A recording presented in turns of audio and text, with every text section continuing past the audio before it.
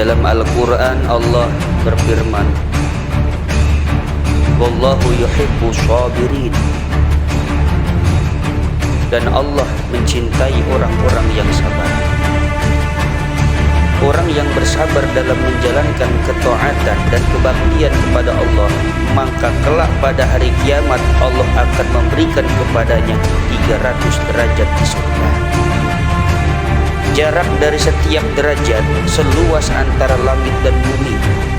Orang yang bersabar dalam menjauhi dan meninggalkan larangan-larangan Allah, maka besok kelak pada hari kiamat Allah subhanahu wa ta'ala akan memberikan kepadanya 600 derajat. Jarak dari setiap derajat seluas antara langit ketujuh, langit yang paling tertinggi, dan bumi yang ketujuh, alias bumi yang paling bawah. Sedangkan bagi orang yang bersabar dalam menghadapi musibah, maka Allah akan memberikan kepadanya 100 derajat di surga.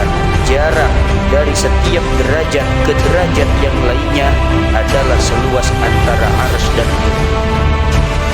Ada sebuah kisah, salah satu di antara 25 nabi, yaitu Nabi Zakaria alaihissalam, bahwa Nabi Zakaria ketika berlari dari kejaran orang-orang Yahudi, namun mereka orang-orang Yahudi tetap mengejar Nabi Zakaria dengan cara mengikuti jejaknya. Ketika mereka telah mendekati Nabi Zakaria terpojok di tengah hutan, merasa kebingungan. Lalu Nabi Zakaria melihat sebuah pohon yang ada di depannya. Dia berkata kepada pohon itu, "Hai pohon, masukkanlah aku ke dalammu." Maka dengan seizin Allah, pohon itu pun menjadi terbelah sehingga Nabi Zakaria alaihissalam dapat masuk ke dalamnya. Setelah ia masuk ke dalam pohon itu, tertutup kembalilah pohon tersebut dan Nabi Zakaria bersembunyi di dalamnya.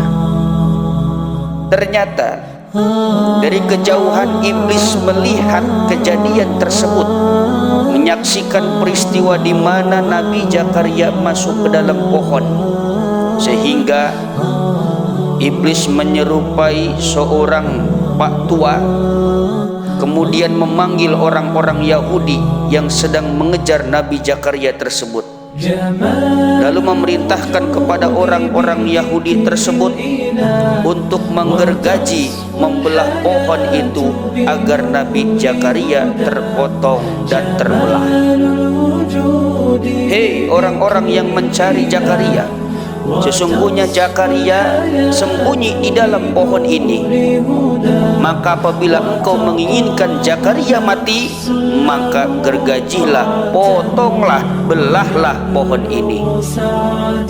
Akhirnya para Yahudi tersebut mengikuti perintah kakek tua tersebut, yang sesungguhnya itu adalah iblis laknatullah. Dan kemudian benar-benar dilakukan apa yang diperintahkan oleh iblis tersebut.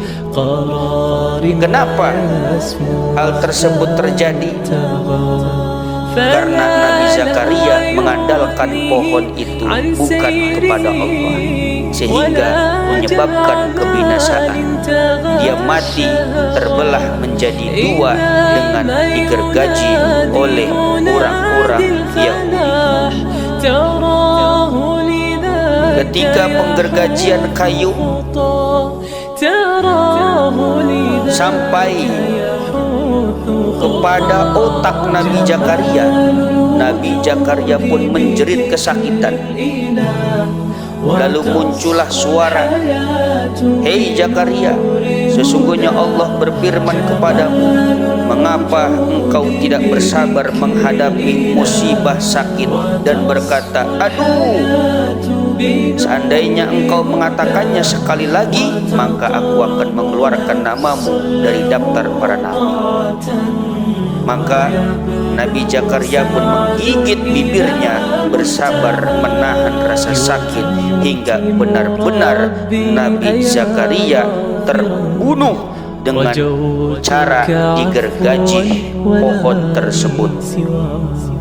Oleh sebab itu, bagi orang-orang yang berakal wajib bersabar dalam menghadapi musibah dan tidak mengadukannya kepada manusia, agar dia selamat dari azab dunia dan akhirat.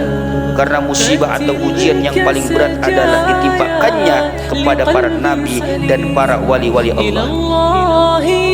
Imam Junaidi al-Baghdadi pernah berkata bahwa musibah atau bala merupakan pelita penerang bagi orang-orang yang arif, menggeliatkan kebangkitan bagi orang-orang yang menghendaki keridhaan Allah. Ia merupakan kebaikan bagi orang-orang yang beriman dan kebinasaan bagi orang-orang yang lengah. Tak seorang pun yang dapat merasakan manisnya keimanan sehingga ia ditimpa musibah lalu dia ridho dan bersabar atas musibah tersebut. Ditambah lagi baginda Nabi kita pernah bersabda bahwa barang siapa yang menderita sakit semalam lalu ia bersabar dan ridho kepada Allah, maka dia menjadi keluar dari dosa-dosanya sebagaimana di saat ia terlahir dari ibunya. Maka ketika Anda sakit, hendaklah kiranya bersabar, tidak terlalu mengharapkan kesembuhan, menikmati rasa sakit, karena rasa sakit itu kalau kita bisa mengambil hikmah, dia akan menjadi nikmat dari Allah Subhanahu wa ta'ala.